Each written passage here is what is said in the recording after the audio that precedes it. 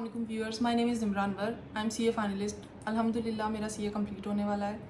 आज डेट है 3 जुलाई 2024। Finance bill आ चुका है, असम्बली से अप्रूव भी हो गया है, उसमें काफ़ी सारी चेंजेस आई हैं। ये चैनल स्टार्ट करने का मकसद भी बेसिकली यही है कि पाकिस्तान में टैक्स की अवेयरनेस फैलाई जाए। बाकी सारी चीज़ों के बारे में हमें बहुत सारा नॉलेज है, हर चीज़ हम लोग जानते हैं, बट टैक्स की उतनी अवेयरनेस नहीं है अनफॉर्चुनेटली जितनी होनी चाहिए। बिकॉज ऑब्वियसली टैक्स लॉज थोड़े कॉम्प्लिकेटेड होते हैं, बहुत ही सोफिस्टिकेटेड इंग्लिश में लिखे जाते हैं, एक ले मैन उसको नहीं अंडरस्टैंड कर सकता, रीड नहीं कर सकता। मेरी ये कोशिश होगी कि जितना हो सके उतना आसान करके टैक्स को एक्सप्लेन किया जाए ताकि ले मैन के लिए ये सारी चीज़ें समझना थोड़ा सा कंपैरेटिवली ईजी हो जाए। अब जो फाइनेंस बिल आया उसमें सबसे ज़्यादा इम्पैक्ट किस पे आएगा? फाइनेंस बिल में सबसे ज़्यादा इम्पैक्ट आएगा एक टैक्स पेयर पे।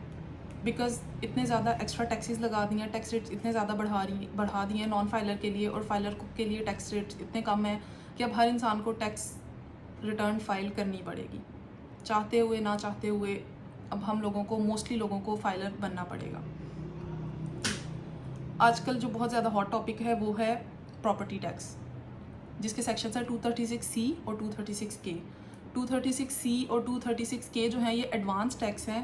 इनका नाम है एडवांस टैक्स ऑन सेल और परचेज ऑफ इमूवेबल प्रॉपर्टी।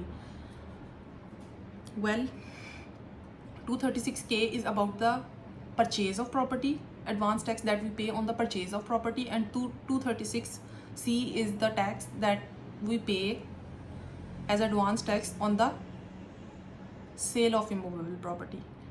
अब हम इनको देख लेते हैं कि इनमें किस तरह से रेट्स में क्या डिफरेंस आए हैं। अगर हम पहले की बात करें तो पहले भी फाइलर के लिए वही रेट्स थे जो अभी 236C और 236K में फाइलर के लिए रेट्स हैं। जो बड़ा इम्पैक्ट आया है वो नॉन फाइलर के लिए आया है। उसके अलावा एक नई कैटेगरी आ गई है जिसका नाम है लेट फाइलर। पहले फाइलर और नॉन फाइलर का कॉन्सेप्ट था। एक बंदा है जो अपनी टैक्स रिटर्न्स फाइल कर रहा है, एक्टिव टैक्स पेयर लिस्ट में ना आ रहा है, उसके ऊपर डिफरेंट रेट्स चार्ज होंगे, और एक इंसान है जो नॉन फाइलर है, उस पर डिफरेंट रेट्स चार्ज होंगे। बट अब एक थर्ड कैटेगरी आ गई है जो लेट फाइलर्स के लिए है। सबसे पहले अगर हम बात करें फाइलर्स के लिए, फाइलर्स की कैटेगरी के लिए बात कर लेते हैं। उसमें 3 स्लैब्स हैं, 3%, 3.5% and 4%, depending on the DC rate of the value of the property. ये 3 रेट्स चार्ज होंगे, ये 3 एडवांस टैक्स के रेट्स चार्ज होंगे। Advance tax is adjustable. आप जब अपनी इनकम टैक्स रिटर्न फाइल करेंगे तो ये जितना भी आपने एज एडवांस टैक्स पे किया है ये आपका एडजस्ट हो जाएगा आपकी इनकम टैक्स रिटर्न में। इसमें कोई परेशानी वाली बात नहीं है, लेकिन वो तभी होगा जब आप फाइलर होंगे ऑब्वियसली। तो फाइलर के लिए जो रेट है वो है 3 अगर आपकी प्रॉपर्टी की वैल्यू 50 मिलियन से कम है, 3.5 अगर आपकी प्रॉपर्टी की वैल्यू 50 मिलियन से 100 मिलियन के दरमियान है, और अगर 100 मिलियन से ज़्यादा है तो आपके ऊपर रेट लगेगा 4%। अब हम आ जाते हैं ऐसे टैक्स पेयर के ऊपर जिसका नाम ATL में तो नहीं आ रहा, ATL में से नहीं हटाया गया, लेकिन वो लेट फाइलर है। उसके लिए क्या स्लैब्स होंगी? उसके लिए स्लैब्स होंगी 6%, 7% and 8%, depending on the DC value of the property. Up to 50 million 6%, 50 to 100 million 7%, and above 100 million के लिए 8% होगा। Understandable, right? अब एक थर्ड कैटेगरी है नॉन फाइलर की, जो पहले भी थी, पहले फाइनेंस बिल में भी थी। उस पर जो रेट्स लग रहे हैं, अगर आप प्रॉपर्टी बाय कर रहे हैं तो आपके ऊपर जो 3 स्लैब्स लगेंगी, जो 3 स्लैब्स का रेट चार्ज होगा, जो 3 टैक्स रेट्स चार्ज होंगे, दैट वुड बी 12%, 16% एंड 20%।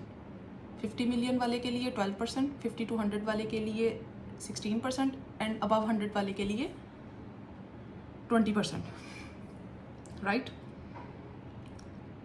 अब यही वाली जो कैटेगरी है जो नॉन फाइलर है, अगर वो अपनी प्रॉपर्टी सेल करने जाता है तो उसके ऊपर क्या टैक्स रेट चार्ज होगा? 10%। उसकी जो भी वैल्यू हो उसके ऊपर जो टैक्स रेट चार्ज होगा वो 10% ही होगा, right? Sorry for the inconvenience. अब हम लोगों ने 3 रेट्स डिस्कस करनी है। फाइलर और नॉन फाइलर की अगर अभी हम बात करें तो बहुत ज़्यादा फ़र्क है, बहुत मेजर डिफरेंस है। अगर फाइलर को 3% देना पड़ रहा है तो वहीं पे नॉन फाइलर को 12 या 10% देना पड़ रहा है। इफ़ ही इज़ बाइंग और सेलिंग उस पर डिपेंड कर रहा है, ठीक है? और अगर 50 से 100 मिलियन की प्रॉपर्टी है तो 3.5 से 16 का डिफरेंस बहुत बड़ा डिफरेंस है। तो इन चीज़ों से हमें ये समझ आता है कि अब आपको भाई रिटर्न्स तो फाइल करनी पड़ेंगी, आप टैक्स दे रहे हैं नहीं दे रहे, आप पे टैक्स लग रहा है या नहीं लग रहा, एटलीस्ट आपको रिटर्न्स फाइल करनी है। बिकॉज ज़रूरी नहीं है कि आपकी हर इनकम पे टैक्स लग रहा हो और आपकी इतनी इनकम बन रही हो कि आपको लंबे चौड़े टैक्सेस देने पड़े, लेकिन आपको फाइलर होना है। पाकिस्तानी जो हमारी इकॉनमी है उसको डॉक्यूमेंटेड होना है, और वो तभी डॉक्यूमेंटेड होगी जब हर बंदा टैक्स रिटर्न्स फाइल करेगा। ओके जी, एक नई वीडियो के साथ आऊँगी नेक्स्ट टाइम इंशाल्लाह। होपफुली कल तक मैं एक नई वीडियो शूट कर लूँगी, एक नए टॉपिक के साथ आऊँगी। आपकी अगर कोई भी क्यूरीज़ हैं तो मुझसे कमेंट बॉक्स में ज़रूर पूछिए, मैं उनको रिप्लाई करूँगी। अगर आपको कोई डॉक्यूमेंट्स चाहिए, कोई समरीज़ चाहिए, कोई रेफरेंस चाहिए किसी सेक्शन का, तो ज़रूर मुझसे पूछें, मैं आप लोगों के साथ शेयर करूँगी। और इसी तरह की और इन्फॉर्मेटिव वीडियोज़ देखने के लिए मुझे फॉलो करते रहें और देखते रहें।